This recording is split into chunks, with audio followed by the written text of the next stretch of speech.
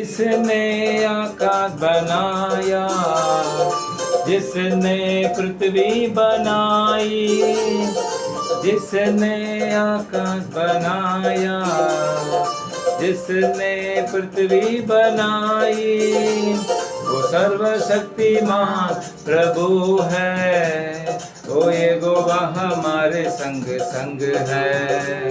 वो सर्वशक्तिमान प्रभु है। वो यहोवा हमारे संग संग है। सेनाओं का यहोवा हमारे संग संग है। याकूब का परमेश्वर हमारा ऊंचा गढ़ है। सेनाओं का यहोवा हमारे संग संग है। याकूब का परमेश्वर हमारा ऊंचा गढ़ है। Praise the Lord. Yeshu Masih आपको आशीष करे। इस अच्छे समय ने परमेश्वर दिया, उनको धन्यवाद करता हूँ। अभी कुछ वचन देखेंगे, उसका पहला प्रार्थना करें। धन्यवाद परमेश्वर, धन्यवाद अच्छे समय दिया, धन्यवाद। वचन को जानने के लिए कृपा कीजिए, आशीर्वाद आने के लिए कृपा कीजिए, रुकावट बोझ सब यीशु मसीह के नाम से बाहर जाने के लिए कृपा कीजिए, छुपाखट प्रगति कीजिए यीशु मसीह के नाम से, आमीन। आज का वचन है प्रकाशित वाक्य 14 अध्याय 7वां वचन। प्रकाशित वाक्य चैप्टर 14 वर्स 7 में एक देवदूत ऐसा कहता है, उसने बड़े शब्द से कहा, परमेश्वर से डरो। इधर देवदूत कहता है, अंतिम दिनों में ये चिन्ह में जब प्रकाशित वाक्य में लिखा हुआ है, बड़े शब्द से एक देवदूत कहा, परमेश्वर से डरो। आज परमेश्वर से डरते हैं क्या? पैसा है तो मनमानी कर रहे हैं, परमेश्वर से नहीं डरते हैं, माँ पिताजी से नहीं डरते हैं। अंतिम में एक्सीडेंट, बीमारी, उधार, ये सब आ जाता है। जो इंसान परमेश्वर को डरता है, उस इंसान के अंदर आशीर्वाद है, परमेश्वर का ब्लेसिंग है। उनको परमेश्वर आशीष करेंगे, उनको बाल बच्चों को भी आशीष करेंगे, काम को आशीष करेंगे। तो ये देवदूत कहता है, परमेश्वर के भय मानो, परमेश्वर से डरो और उसकी महिमा करो। किसी को भी महिमा करते हैं, यीशु मसीह को महिमा करना चाहिए। इस संसार का बनाया हुआ यीशु मसीह है, इंसान का बनाया हुआ यीशु मसीह है, तो उनको महिमा करना चाहिए। कुछ भी चीज है, पगार बढ़ गया उनको महिमा करो, काम मिल गया उनको महिमा करो, बच्चे लोग अच्छा पढ़ा परमेश्वर को महिमा करो, हम अच्छा तंदुरुस्ती हैं परमेश्वर को महिमा करो। वो ट्रेन एक्सीडेंट, हानि, बीमारी, ट्रेन एक्सीडेंट, उधार, लॉस हो गया, ऐसा बहुत हम सुनते हैं। पेपर में देखेंगे तो डेली बुरा, जिधर जिधर बुरा हुआ है उधर वो लोग बताते हैं। लेकिन जो इंसान परमेश्वर को महिमा करेगा, उसको डरेगा, उनको परमेश्वर आशीर्वाद करेंगे। उसकी महिमा करो, क्योंकि उसकी न्याय करने का समय आ पहुंचा है।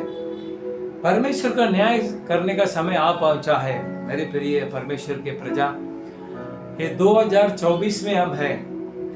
इंसान बहुत डर रहा था 2000 में कंप्यूटर कैसा फॉरवर्ड करेगी, 2001 कैसा आएगा, यानी 2000 तक जितना अकाउंट है वो सब एरर्स हो जाएगा, क्या बहुत डर रहे थे।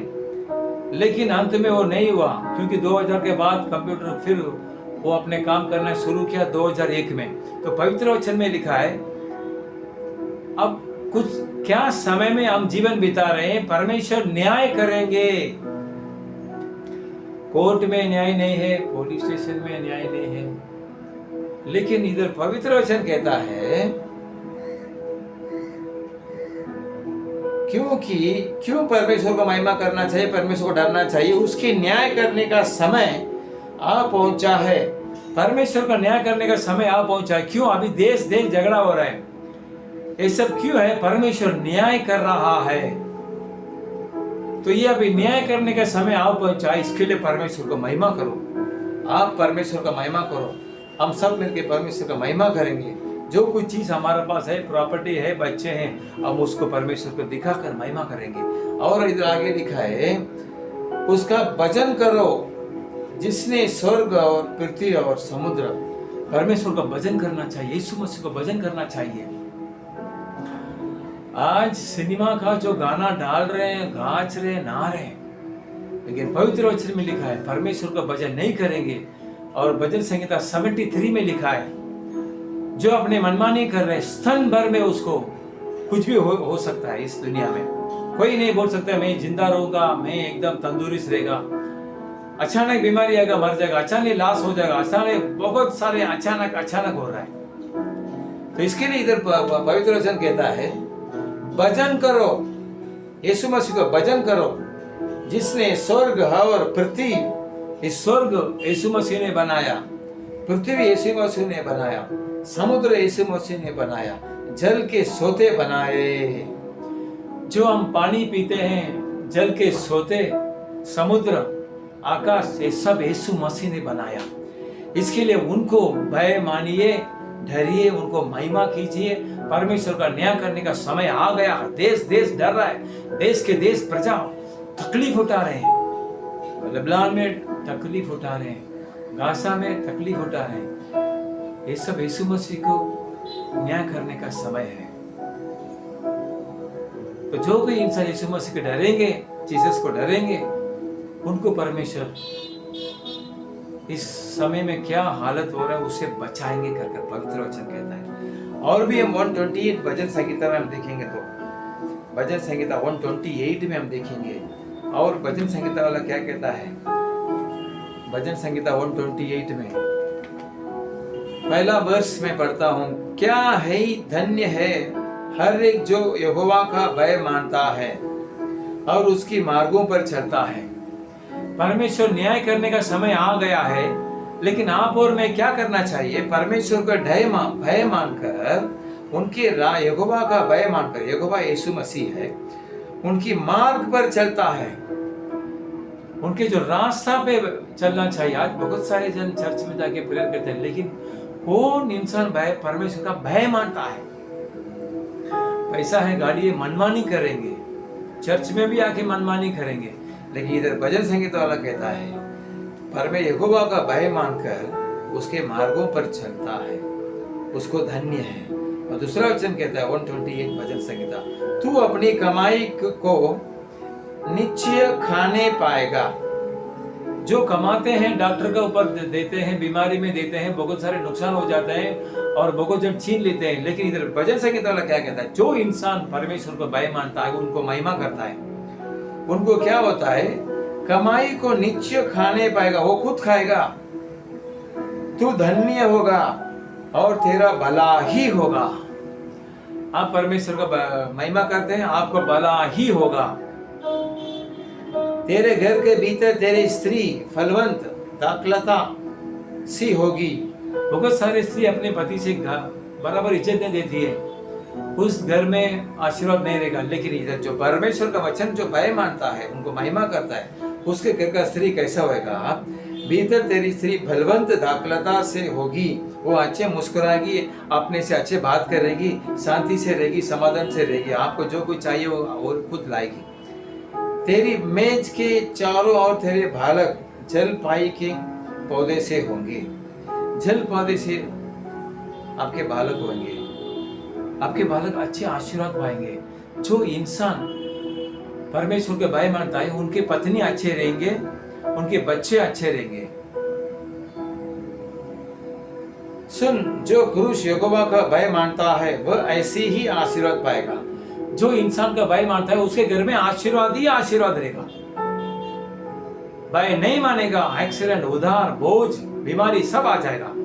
आज बीमारी क्यों आता है? परमेश्वर के भय नहीं मानता है, अपनी मनमानी से खाता है, कुछ भी खाता है, कुछ भी करता है, सोता नहीं है, कुछ भी बात नहीं मानता है, उनके लिए हानि है, एक्सीडेंट है, बीमारी है।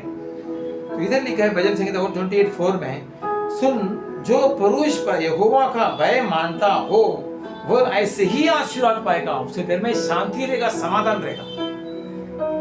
यहोवा तुझे सिय्योन से आशीष देवे और तू जीवन भर यरूशलेम का कुशल देखता रहे। यहोवा ऊपर से सिय्योन जो स्वर्ग में उधर से तुमको आशीर्वाद मिलेगा। नीचे कोई कंपनी काम दुकान से नहीं है, ऊपर से आशीर्वाद आता है आपके अंदर, आपके पास, मेरे पास।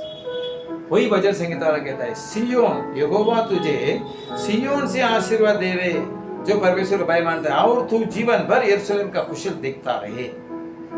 वरन तू अपनी नाती पोते को भी देखने पाए, इस्राएल को शांति मिले। आपके पीढ़ी सब आशीर्वाद रहेगा, शांति रहेगा। परमेश्वर की इच्छा रहेगा तो आप बहुत उम्र से रहेंगे, जो इंसान परमेश्वर का भय मानता है उनका महिमा करता है। परमेश्वर का भय मानिए, उनका महिमा कीजिए, आपको आशीर्वाद ही आशीर्वाद है, बरकत ही बरकत है, शांति ही शांति है। आपकी औरत आपसे प्रेम से रहेंगे, बाल बच्चे आपके सुनेंगे, वचन कहता है। हमें प्रार्थना करेंगे। धन्यवाद परमेश्वर, आपका न्याय करने का समय आप पहुंचा कर देवदूत से आप बात करते हैं। ये न्याय करने का समय है। सिर्फ हम आपको भय मानना चाहिए, आपको डरना चाहिए, आपको महिमा करना चाहिए यीशु मसीह, क्योंकि आप हमारे लिए मारा गया, गाड़ा गया, संसार में आकर जीवन बिताया, अंत में आप हमारे लिए मारा गया। परमेश्वर, इसके लिए आपको हम भय मानना चाहिए। हमको आप ही सृष्टि किया, क्रिया किया, आप ही बनाया, समुद्र को, जल को, आकाश को, स्वर्ग को। इसके लिए हम आपको भय मानना चाहिए, आपको डरना चाहिए, आपको महिमा करना चाहिए। ऐसे करते समय में आप हमको आशीर्वाद करेंगे, हमको बढ़ोतरी करेंगे, बच्चे को आशीष करेंगे, जो कुछ है सबको आशीष करेंगे। बीमारी बहुत सब दूर जाएगा, पवित्र वचन कहता है। वैसे ही कीजिए। सुनने वाला अभी कुछ बीमारी है, यीशु मसीह के नाम से बाहर जाओ। हम बीमारी का इंसान को हम याद करते हैं, उनको आप ठीक कीजिए परमेश्वर, उनका अंदर आप दया कीजिए, कृपा कीजिए परमेश्वर। काम धंधे, बाल बच्चे, पढ़ाई आशीष कीजिए, यीशु मसीह के नाम से आमीन।